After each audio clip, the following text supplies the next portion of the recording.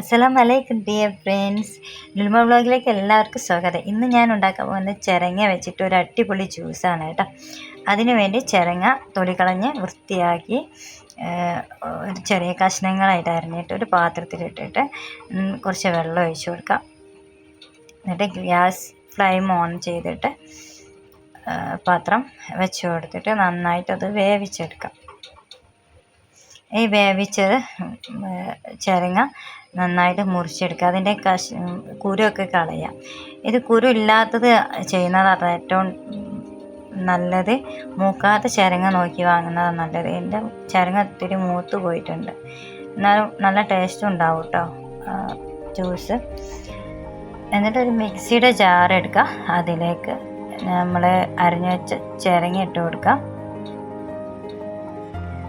കുറച്ച് പാലൊഴിച്ച് കൊടുക്കുക. നല്ല കട്ട പാലൊഴിച്ച് കൊടുക്കുക കേട്ടോ, അതാകുമ്പോൾ നല്ല ടേസ്റ്റ് ഉണ്ടാവും.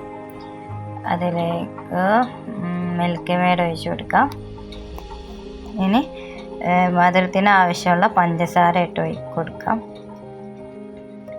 അപ്പോൾ അത് അടിച്ചെടുക്കാം കേട്ടോ. അപ്പം ജ്യൂസ് റെഡിയായി. ഇനി നമ്മൾ ഗ്ലാസ് എടുത്തിട്ട് കുറച്ച് ഐസ് ക്യൂബൊക്കെ ഇട്ടിട്ട് ഈ ജ്യൂസ് അതിലേക്ക് ഒഴിച്ചു കൊടുക്കാം.